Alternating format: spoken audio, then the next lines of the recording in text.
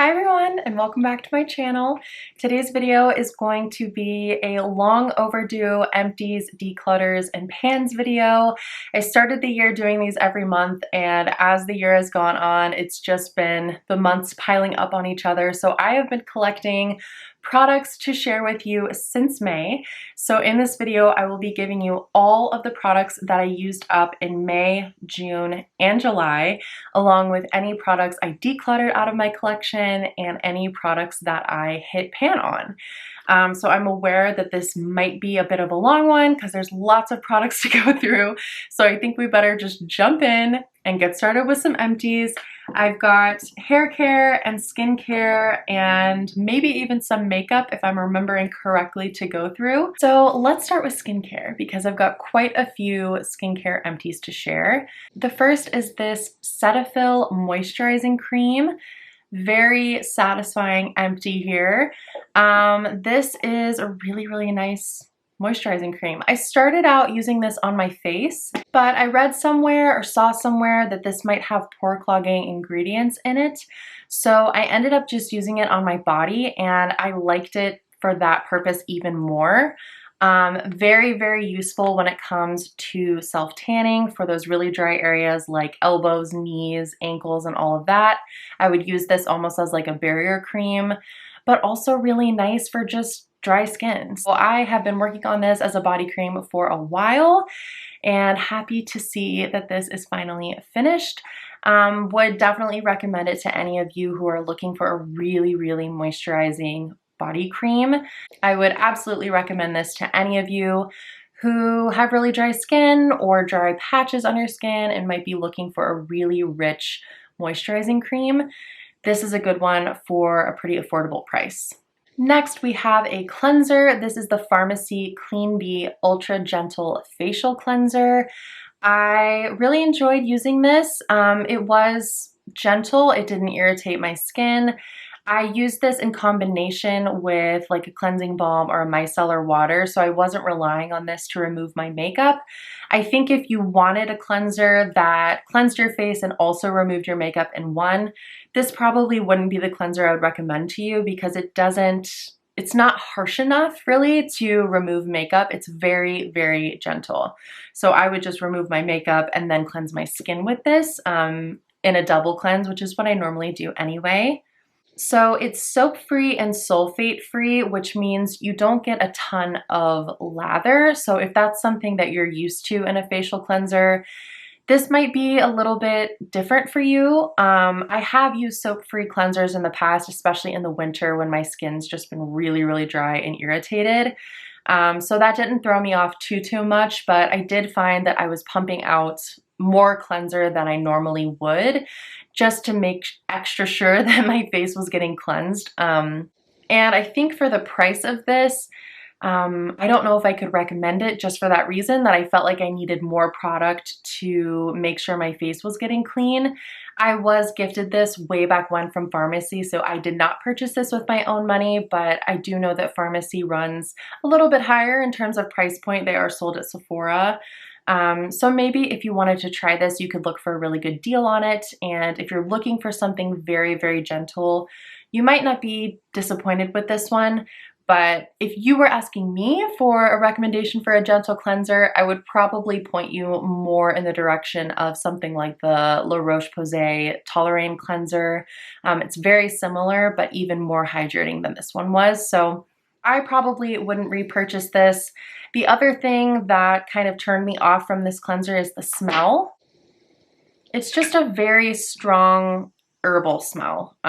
So if you don't mind that, or maybe you enjoy that in your products, that might not be a factor, but it was pretty strong. And when washing your face, you know, you're just inhaling it practically, so there's no escaping it if you don't like the scent of something. So yeah, this wouldn't be one that I would repurchase, but I did use it up all the way and I enjoyed it for what it was while I was using it. Next, we have a serum. So this is the Shiseido Ultimune Power Infusing Concentrate. I had used a sample of this a couple years ago and I really enjoyed it. I think I was able to get this gifted for review through Octoly, and I used up every single drop of it. It's just a really nice basic serum for adding a little bit of hydration, but mainly for kind of glow and radiance, and I felt like it helped even out my skin. I typically applied this in the morning. I will say if you're looking for like a ton of hydration, I probably wouldn't recommend this to you, especially for the price. Shiseido is a pretty pricey brand. But if you're just looking for something that's not for a specific skin concern, just general kind of skin maintenance, maybe you want a little bit of glow, a little bit of hydration, but you don't want anything too greasy or too moisturizing, I really enjoyed using this. I don't know that I saw long-term effects of this to where it would justify buying this again. The claims on this is that it strengthens skin, restores firmness, and defends against daily damage to the skin through antioxidants, enhancing a smoother, firmer, more hydrated, and resilient complexion. I think I did see some of the benefits of that while using this, but not a dramatic enough change to make me want to spend $75 on the small size, much less $140 on the jumbo size. So yeah, I don't know. I think if you have the money to spend on luxurious skincare and you want to give it a try, I don't think you'd be disappointed with this. I don't think it did anything bad to my skin. I just don't know if what it did for my skin was drastic enough to make me want to budget for a $75 serum, if that makes sense. Oh, another thing to note about this is that it does have a fragrance. It's a nice fragrance. It's pretty light. I actually really liked the fragrance of this one, but if fragrance is something that bothers you, that is something to be aware of with this serum. Then we have a sunscreen. So I finished up another one of the Dermatology Universal Tinted Moisturizer SPF 46. I have been using Dermatology sunscreen for years, I think since 2020, and I really like all of the sunscreens in their line. This one in particular does have a tint to it, and it wasn't anything super heavy like a foundation. It just sort of evened things out and maybe blurred a bit in a way that made me feel like if I was having a no makeup day and I just applied this, my skin would still look really nice. And this one also was a little bit more hydrating than their original non-tinted SPF. So it definitely added a glow to the skin. That being said, I'm not sure I would recommend this to those of you who have oily skin or who don't like a glow to your complexion, but for people with normal to dry skin, I think the Universal Tinted Moisturizer would work for most people. They also have a physical tinted moisturizer, which I still have in my routine, and is even glowier than this one. So I would only recommend the physical to those of you with really dry skin or if you really want to glow.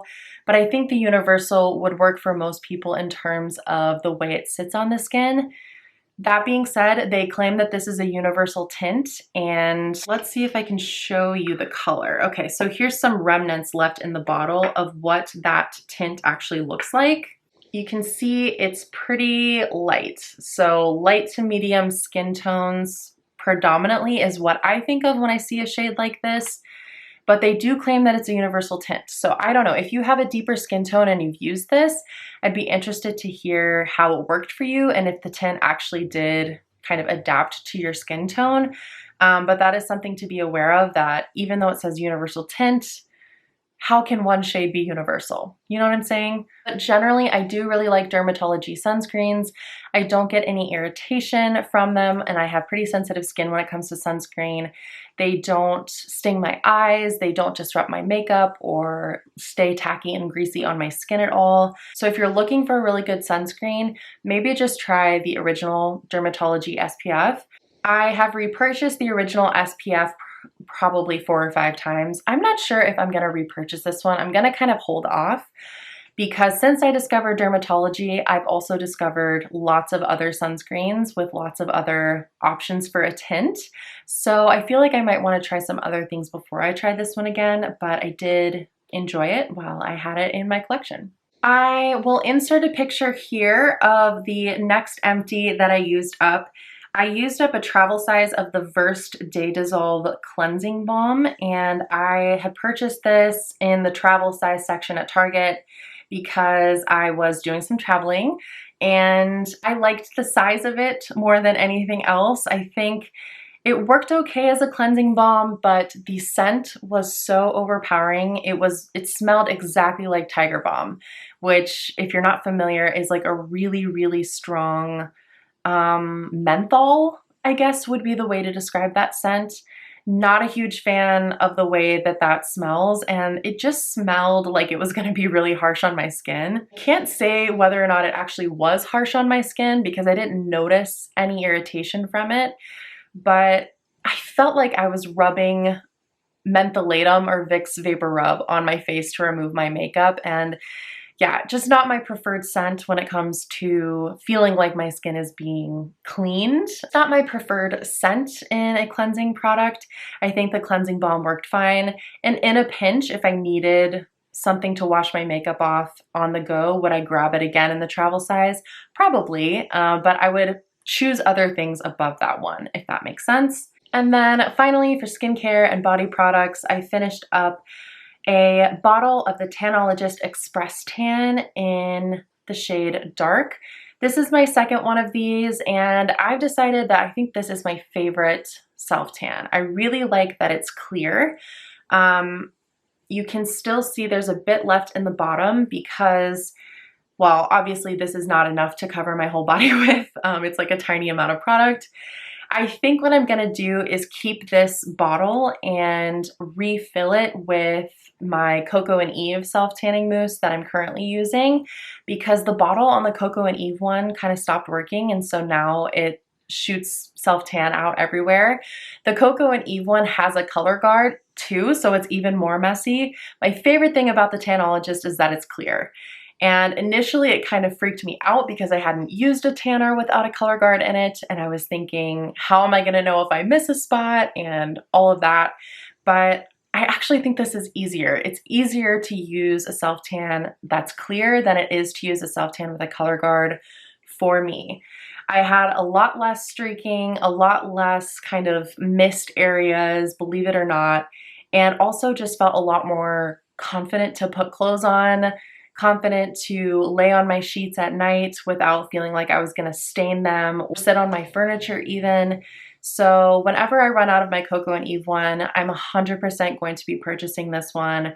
I like the dark shade just because I feel like it gives me the most bang for my buck. If I'm going through all of the motions of having to prep my skin and apply the self-tanner and sleep in it at night and all of that, I want the tan to be noticeable. So initially I think I purchased the medium, and I just felt like the dark would be a better tone for me. But yeah, 100% would purchase this again. I just use this with a regular tanning mitt, and I know Tanologist has some other formulas, like this is the mousse. I think they have a spray, they might have a lotion, a serum, maybe some other ways of applying the tanner that I haven't tried, because this one just works so well for me. So I'm gonna keep this bottle and transfer my Coco and Eve over into this one, but the next time I need some self-tanner, I'm definitely grabbing for this one. And this would be my top recommendation for any of you who might be looking for a way to get a nice tan with low risk and high reward. Okay, I don't really know where to put these in terms of categories, so I'm just gonna insert them here. But I emptied 2 travel size perfumes. Both of them are from Replica. I had purchased a holiday set from Replica from Sephora that had a bunch of their most popular scents in tiny little travel size bottles. So for my 2 main trips this summer, I picked out one of those little travel size bottles to use on each of the trips. And it's nice because now if I ever purchase the full sizes of those, hopefully it'll bring back the great memories of this summer and those trips that I took.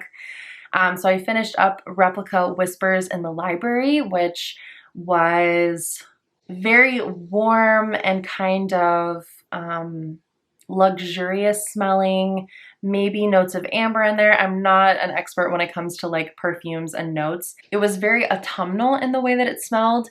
Even though I was using it in the summer, it made me think of fall and just coziness, and I really, really liked the way it smelled. It wasn't overly girly either. I feel like it was a nice kind of down the middle unisex scent. So not too floral, but still maybe a little bit of like vanilla and amber mixed in with some more stereotypically masculine scents of like leather and maybe even some tobacco as well. So I really, really love that one and would absolutely purchase the full size. And then I also finished up a travel size of Replica Beach Walk, which was totally the opposite from Whispers in the Library. This one was very light and fresh and definitely had some kind of sunscreen notes. A little bit more floral and a little bit more kind of summery. Maybe even a bit of like a salt water kind of smell, or maybe I'm just associating it with that because of what it's called and because it smells like sunscreen. But I wore this on our trip to Disney World and it was the perfect scent for being out in this Florida sun and heat all day. So yeah, if you like the smell of sunscreen, if you've ever smelled the I think it's Bobbi Brown that has a beach perfume. This reminded me a lot of that one.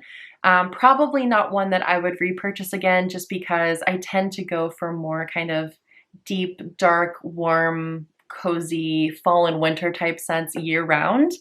But it was definitely a fun one to try and a good one to have for a really, really hot July trip to Florida. Okay, moving on to hair care. If you've watched any of my Empties videos, this is not going to come as a surprise. I finished up an Aveda Scalp Benefits. I actually recently purchased the drugstore kind of dupe to this, which is from Herbal Essences. It's from their like sulfate-free line. But typically I have one of these in every Empties video because I purchased these discounted at the cosmetics company outlet.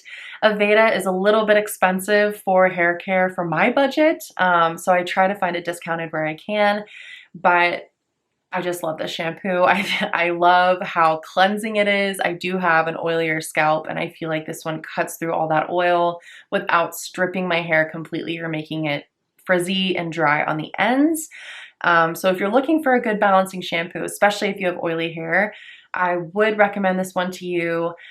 Or the Herbal Essence one that I have been trying, I feel like is also really, really good. So I think I'll probably be purchasing the one from Herbal Essences from here on out because it seems to be generally about the same. I still think this one's like a tiny bit better in that it's more concentrated and you don't have to use as much shampoo to get your hair clean. Yeah, just so you know, we might not be seeing as many of these in my Empties videos in the future. And then I used up the Living Proof Perfect Hair Day Advanced Clean Dry Shampoo. This is my favorite dry shampoo that actually works as someone with an oily scalp. I've tried my fair share of dry shampoos and this one is expensive. I know that, but it really does work. So maybe something to buy with a Sephora discount or an Ulta discount. I've never actually ordered from Living Proof's site, but I'm sure they run discounts as well. If you've tried a lot of dry shampoos and you haven't been happy with the effect or the actual oil absorption, this one actually absorbs oil and you can't really see it on your hair. It doesn't really smell anymore, but I remember the smell being very light and nice and clean and a little bit floral. So 10 out of 10 would recommend this dry shampoo for those of you who have really, really greasy hair. This is the one. All right, and finally, it's time for makeup empties. So pretty exciting. I have quite a few empties to share. Some of them you might have seen in my Project Tin Pan updates, but I'm gonna show you again. So I used up my Tarte Sea Breezy Cream Blush Mini in the shade Peach Sunset. This is a very satisfying empty. This is my favorite cream blush that I've tried to date. Everything about it, the formula and the shade was just perfect. So yes, I would repurchase this if I didn't already have 12 other cream blushes in my collection. But if you are looking for a really, really good cream blush that actually stays on your skin, like actually lasts through the day, this I would 100% recommend. The Tarte Sea Breezy line. They have a few shades of cream blush, but Peach Sunset is just a winner. It enlivens your whole complexion. It goes with every eye look. I loved every minute of using this blush. My other most exciting empty is my Huda Beauty Tantour in the shade Fair. This one, again, is completely gone. I worked on this cream bronzer for years, and I mean years, because a tiny, tiny amount of this went such a long way. So if you're looking for a cream bronzer that you can use for years to come and not have to worry about repurchasing, I do think you are getting your money's worth with this product. But for those of you who have a ton of cream bronzers and you're not likely to finish one up anytime soon, maybe don't run out and get this one, because it is a long haul product to finish all the way. At least it was for me, and I used this pretty much every day of 2023 until I finished it, and I think I finished it. I finished this on May 13th, and I wore it every single time I wore makeup for all of 2023, not counting all the years of use previous. So if that tells you anything about how long this product lasts in your collection, it lasts a long time, and it feels like a huge accomplishment to have it empty. I also used up a Bobbi Brown Longwear Cream Shadow Stick in the shade Bone. This is with the product all the way rolled up. I really enjoyed this in the place of an eyeshadow primer. These are a little bit of a drier consistency, so I feel like even though I have oilier lids, they still function really well as a primer for eyeshadow and preventing my eyeshadow from breaking up. And this shade Bone was a really nice kind of base color for me because it was close enough to my skin tone. I usually purchase these again at the cosmetics company outlet because they tend to have a lot of shades for discounted prices. So if you have one of those stores near you, this is another thing to look for, as well as Aveda hair products. But yeah, I've had a few of these Longwear Cream Shadow Sticks, and I still have some in my collection, and I would repurchase this and recommend them to you if there's a shade that you think would work either for an eyeshadow priming step or just for an all over the lid shade for like a quick eyeshadow look in the morning. I think this is a really nice product for that. I found a couple more makeup empties. So I emptied a mini size of the Anastasia Beverly Hills Clear Brow Gel. I mentioned this one in my Project Tin Pan as well. This is a pretty good brow gel, but it's not as good as the Benefit 24-Hour Brow Setter. That is the best brow gel that I have ever tried for actually holding my brows, and my brows do not like to be held. They are very independent and very unruly. This one came pretty close, but I still think the Benefit one is better. So next time I need a brow gel, I'm definitely going to be getting the Benefit one. And then I had a little bit of a casualty with this product. I was supposed to be panning it for the Graveyard Project pan, but like the day after I filmed that video where I included this product, it broke. It broke off completely into the sharpener. And now it's technically an empty because there's no product anymore. This is, or was, the Charlotte Tilbury liner in the shade Pillow Talk. I would show you a swatch, but there's no pencil in it anymore. It all broke off into my sharpener, which is a shame because it's a gorgeous neutral plummy color. It's not purple and it's not red, but it sits right in the middle in that perfect flattering burgundy range. I would repurchase this one day for sure because it's just such a beautiful liner shade. It's very flattering on, I think, everybody, but especially people with hazel or brown eyes because it just makes your eye color pop. And I thought it was a really nice alternative to brown or black for eyeliner, just a little bit something different, but still very wearable day to day. The fact that it broke off in my sharpener does make me think that the product, the actual pencil, was not as tall as the pencil casing because I still have quite a bit of the casing left, and it seems like the pencil should have gone all the way down to the bottom, so I'm not sure about that. It is a little bit expensive for a pencil liner, but I've yet to find an affordable dupe for this shade. So if you know of one, please let us know in the comments, because I would definitely try that before shelling out Charlotte Tilbury money to get the Charlotte Tilbury one. But it is probably worth it because the shade is so nice, the formula is nice, it doesn't smudge, and yeah, it's a shame that I had to waste any of this product at all. But my consolation is that I get to count it as an empty. So those are all of my empties. I'm sorry if I was talking really fast. I was just trying to move through those quickly because we still have declutters and pans left to go. Declutters, I only have 3 things though. So this part might move a little bit faster. You know about this if you've been keeping up with my Project 10 pan, but I went ahead and decluttered this Laura Mercier Silk Cream Oil-Free. After I finished my Giorgio Armani Luminous Silk at the beginning of the year, I rolled this into my Project 10 pan because I knew it was old in my collection. I knew it wasn't getting used in my collection, and I wanted to just finish it up. But this is too drying for me. It's oil-free, which is probably great for people who have oily skin.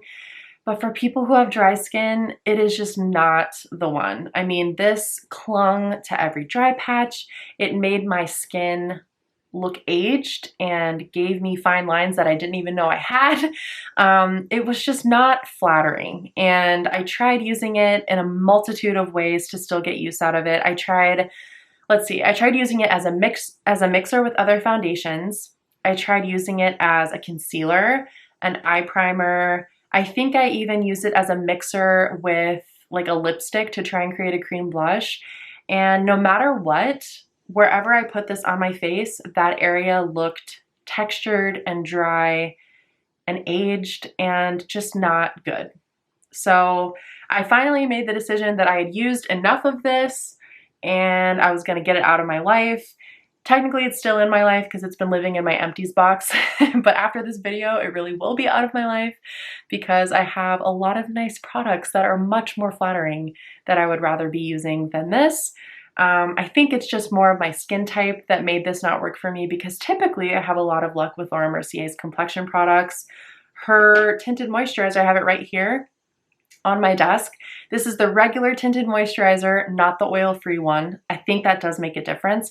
This is like one of my holy grail complexion products. So I think it's just the fact that this is oil-free and just not the best formula for my particular skin concerns, which meant it was never going to work for me. So this one is decluttered. I also had to declutter my Marc Jacobs Highliner in the shade Blacquer. It's lacquer with a B in the front. This still has product left, but it dried out to the point where I couldn't get it to apply smoothly on my eyes anymore. It was skipping and tugging and just kind of making a mess.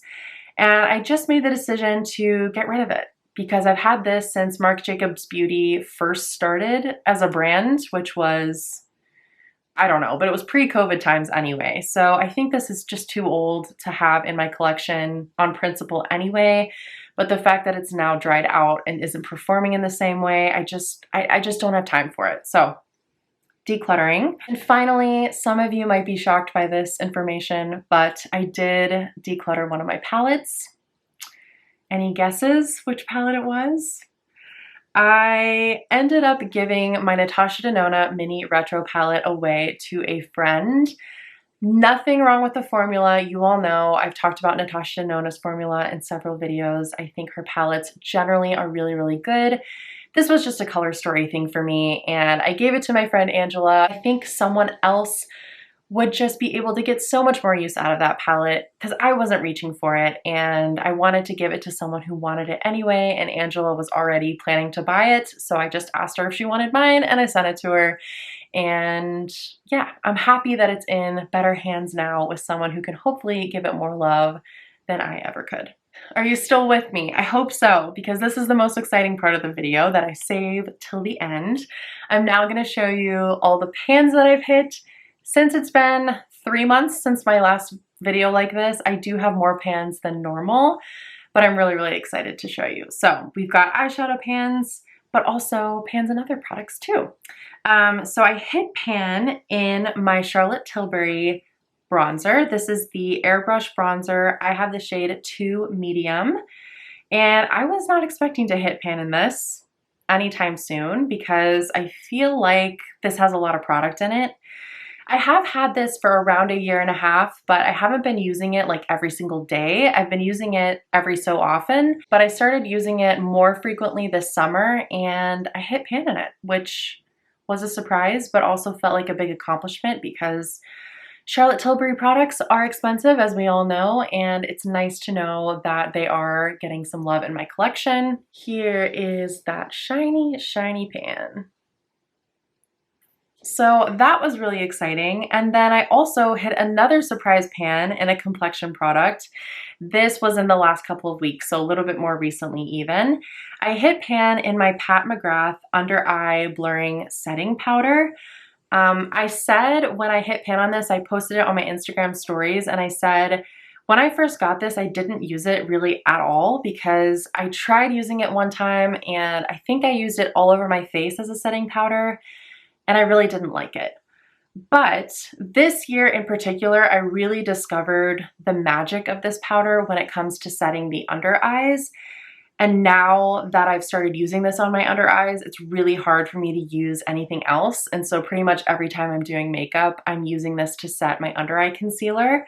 So I've been using it much more frequently this year and the end of last year as well. But I still wasn't expecting to hit pan on it. So it was a really nice surprise and a nice testament to the fact that all of my use on this has actually been adding up to a really nice pan. The pan in this product looks like a clay color, like a reddish brown, which is kind of weird. I've never really seen a pan like that before, but it's still a pan, so still exciting. And then I think the rest of my pans that I've hit are eyeshadow pans. So I don't know if you're following my palette panning project, but I am doing a pan that palette this year, usage style. So I picked out my Jaclyn Hill and Morphe Volume 1 palette, and I'm trying to use each of the shades in here 10 times this year. But some of the shades I've been able to get double that amount of uses on, and I've been able to hit quite a few pans since the last time I updated you on the pans I had hit in April, I guess it was. So I've actually hit 3 pans in this palette over the past few months. I hit pan in Beam, in Obsessed, and in Hustle. Beam I primarily used as an inner corner shade. Obsessed I also used a lot as an inner corner shade, but also on the lid a bit. And then Hustle I used as an all over the lid shade. And it took me over 20 uses to hit pan in all of these, but I'm really excited that I have some pans in this palette to show for all my work on this palette this year. My goal for my pan that palette wasn't actually to hit pans, so I'm just seeing any pans that I do hit as a bonus for that project. But it does feel good. It does make the palette look more loved, and fingers crossed I will be able to hit a few more pans before the year is finished. And then the other 2 palettes you may have seen in my Project 10 pan updates, but I did hit pan in 2 of my Beauty Bay palettes.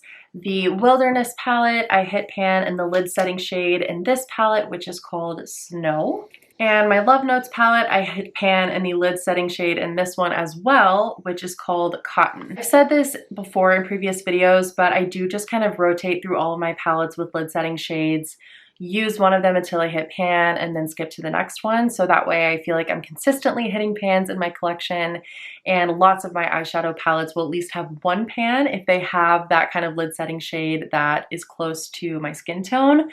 But still, always exciting to hit pans. I will say the Beauty Bay shadows don't take a ton of time or effort to hit pan in. I think I hit pan in both of these shadows after only about 7 concentrated uses.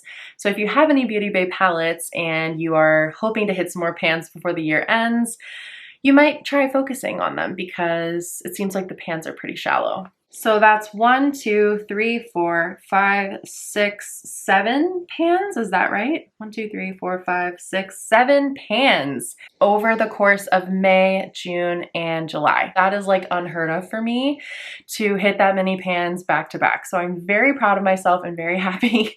Hopefully that number only continues to go up as I'm now embarking on a no buy and trying to love on my collection even more.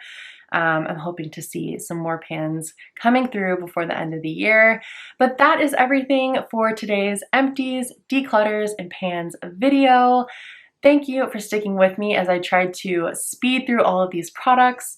Hopefully, and I always say this, but hopefully the next time I make one of these videos, it will only be for 1 month at a time and I won't feel as rushed.